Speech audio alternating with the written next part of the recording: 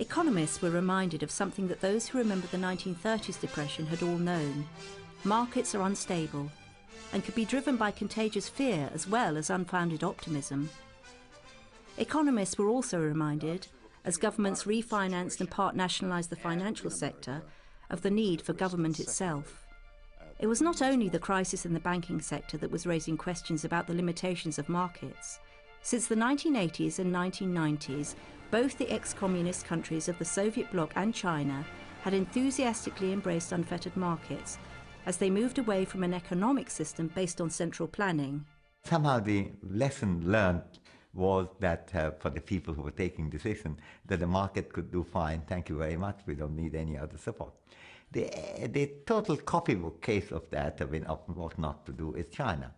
Up to 1979, they ignored markets altogether. The industries were in a bit of a mess, agriculture in a total mess. And the communes, there have been never a system devised which are less productive on agriculture than communal agriculture. Now, they abandoned them all in 1979, and that worked brilliantly well for agriculture, pretty well for industry, with slightly mixed record, but pretty well generally. But in healthcare, disaster. You see, the Chinese thought, since the market is so good, it works very well in the healthcare too. So they abolished universal social insurance provided either by the communes in agriculture, within the rural economy, or by the state in other parts of the country. The Chinese abolished that, and suddenly from after 1979, you had to buy your own insurance with your own earned money, and excepting for a small group of people for whom high civil servants and some business firms, everybody else had to do it. And the result was a precipitate slowing down of China's progress in healthcare. Earlier on, they would have none of the market, and after that, they will have nothing other than the market. And I think what was missed out is the basic Smithian notion that you need a mixture. You need many institutions. Market is an extremely important institution. For God's sake, don't neglect it. But it needs the support of other institutions, and it definitely needs supplementation.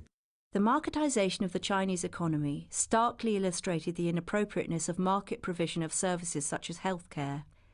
At the same time, ironically, the very success of the marketisation of other sectors in triggering rapid economic growth has put new pressures on global markets. The opening up has also meant that because countries like China and others are more wealthy than they were, that they've started to spend money on other things. One of those is food.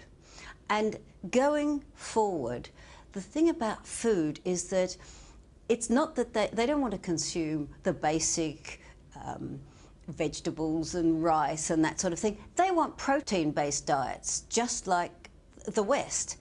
The problem with protein-based diets is that producing animals and eating them is incredibly inefficient. And it could mean that going forward, we're going to see much higher prices for things like grain and probably agricultural commodities in general. Food prices go up. Those that can afford it will still buy. And of course, the poorest parts of the world and the poorest economies will suffer.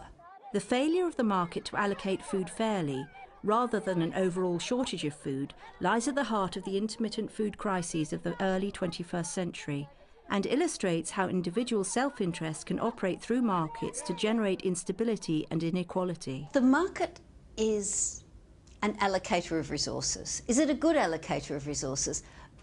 Perhaps not. What you see is it's a very good place for transparency and getting a clearing price and so on. So is it the best way of distributing whatever it is, money within the economy? Well, not necessarily.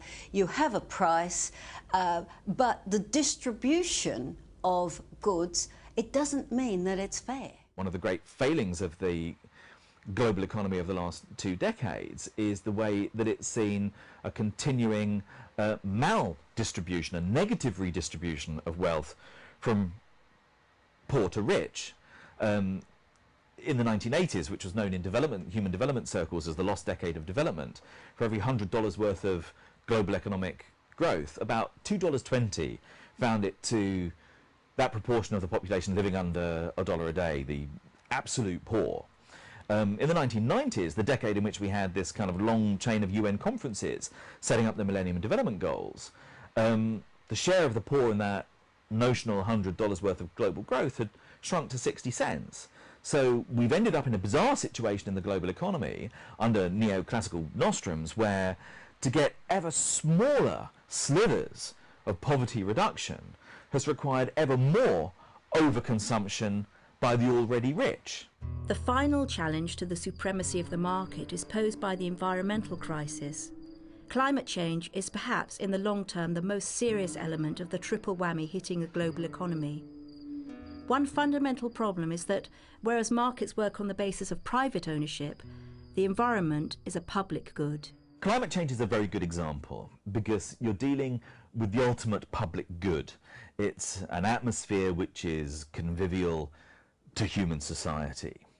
So if you take that as an example and ask the question, how do you deal with the valuing and the measuring of that thing which is upsetting the balance, carbon dioxide and the fossil fuels that we depend upon so much, you run into some interesting questions. And the most simple answer, of course, and in fact the only effective one, is that globally you have to set a cap, a limit on how much is put into the atmosphere. And you have to set it in such a way that it is in line with the science about not triggering runaway global warming effects. Now, if you can set a cap on the total amount of emissions, then you're faced with the economic, social, political decision of how you divide up our entitlements to emit. So you cap, first of all, and then you have to find some way of allocating. Now, once you've done that, it's fair and can be quite effective if the markets are designed in the right way to allow market mechanisms with price signals to operate. So there may be a place for a well-designed market in permits to emit, but only once a limit has been set to total emissions. And the environmental crisis points up another limitation of markets. They tend to be short-sighted. What you have to remember is there are limits to what a market can do. And markets are now. Of course, you have futures markets, but generally people are looking now at markets. So you're getting an allocation now. But does it ever think about the future? And I think you don't think about the future because that matters less. And climate change is a good example of that, where we can all see that the cost of putting all the carbon dioxide into the atmosphere is causing problems for the long term.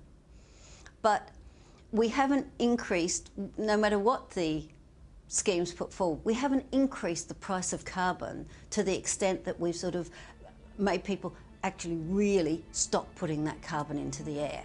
The crises of the early 21st century have reignited long-running debates about the effectiveness and role of markets, and about the other social institutions that are needed to shape and constrain markets. What was great about Smith's vision is that it was a balanced view.